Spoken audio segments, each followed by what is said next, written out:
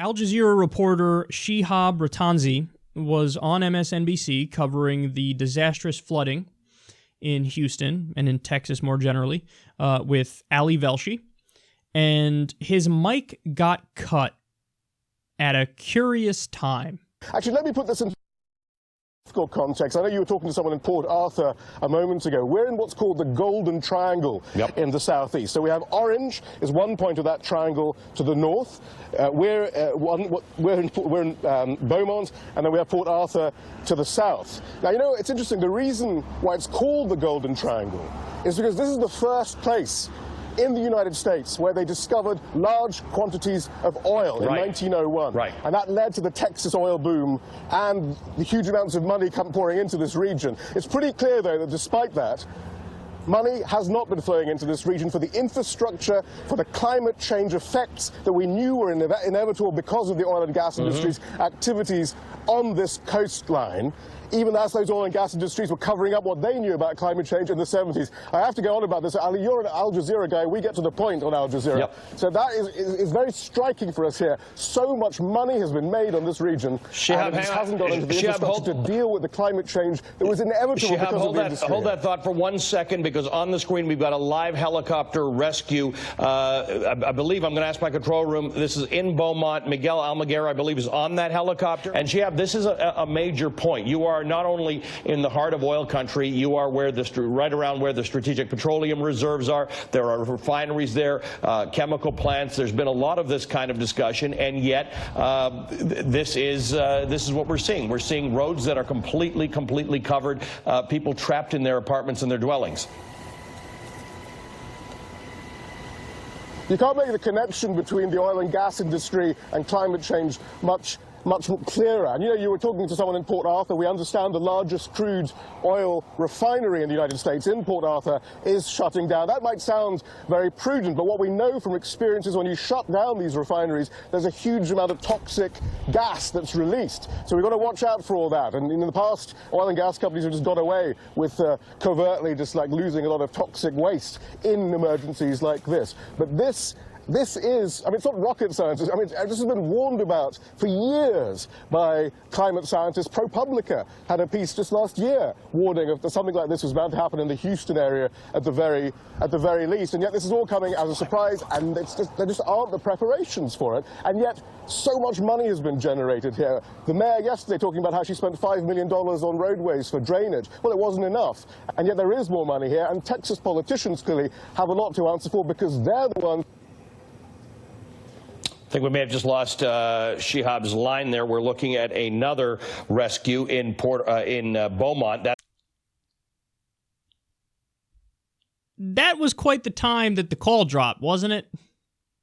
Now, of course, they would maintain, well, no, it was just a bad connection or whatever, and that's what happened. Maybe.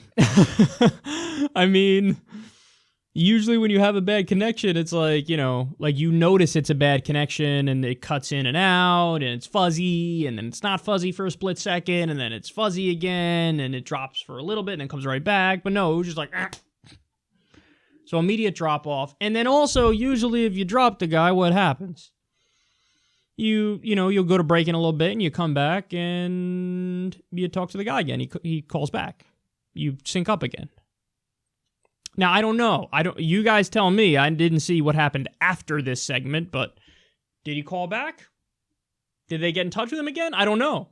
I genuinely don't know. So, curious. This happened a few times now, not just on MSNBC, but also CNN, whenever somebody starts to really drop some fucking truth. Anyway, drop that. So, there's a chance that the control room was like, nope. We're done here. This is getting this is hitting home a little too much. He's really telling truth to power, if you will, and bringing up corporate control over politics and the lack of regulation and all that stuff. And nope, we're done here. We're going to cut it off. Now, the reason why I think it's still an open question as to whether or not they did that is that Ali Velshi is actually usually pretty good. He's done some segments where he openly advocates for Medicare for all, and he crushes Republican congressmen. So there's a chance it wasn't, the control room cutting him off because he's dropping too much truth. But I don't know. You guys tell me. I'm genuinely unsure what to believe, but if it is a coincidence, man, that's a mighty fucking convenient time to drop the call, isn't it? Because if you're going to drop the call, like, that's the exact amount of time of, like, anti-establishment truth-telling that I would expect before they say, you know what, we're done here. Drop them. So, is it conspiratorial? Is it not conspiratorial? I don't know. But damn, that guy makes some fantastic points. Shihab Ratanzi. Forgive me if I'm mispronouncing that, as I may be doing. But, here's one thing that's definitely not going to happen. They're not going to hire him. He is not getting a job on MSNBC. That's for damn sure. Because we know what happens when people tell a little too much truth on MSNBC. Ed Schultz was vocally against TPP. They fired him. Phil Donahue, he was the only voice against the Iraq War when everybody was ramping up to war. They fired him. Cenk Uygur was told, hey man, you criticize Obama and the Democrats too strongly. Because Cenk wouldn't only bring up the corporate control over Republicans, but also Democrats. And he said, look, I'm not just going to play for Team Democrat. I'm going to tell you when the Democrats are screwing you too. They fired him. So you have countless examples of MSNBC going, too much truth, drop them. So perhaps that's what's going on here as well. It always seems to happen. Whenever, like, you could tell truth to an extent, but then as soon as you cross the line, boom, you're gone. It's like Chris Hayes. Like, every now and then, he gives you, like, a little peek into, like, yeah, I kind of agree with you on the populist left. But then he reels it back in, and he starts doing warmed-over corporate Democrat talking points. And you're like, ugh. Chris? Chris, come on now. What are you doing here? Which side are you on? And you get the sense he's, like, walking the line. Like, if I go too far in that direction, then I get fired. But if I go too far in this direction, I'm a complete and utter sellout. And he's just walking that tightrope all day long.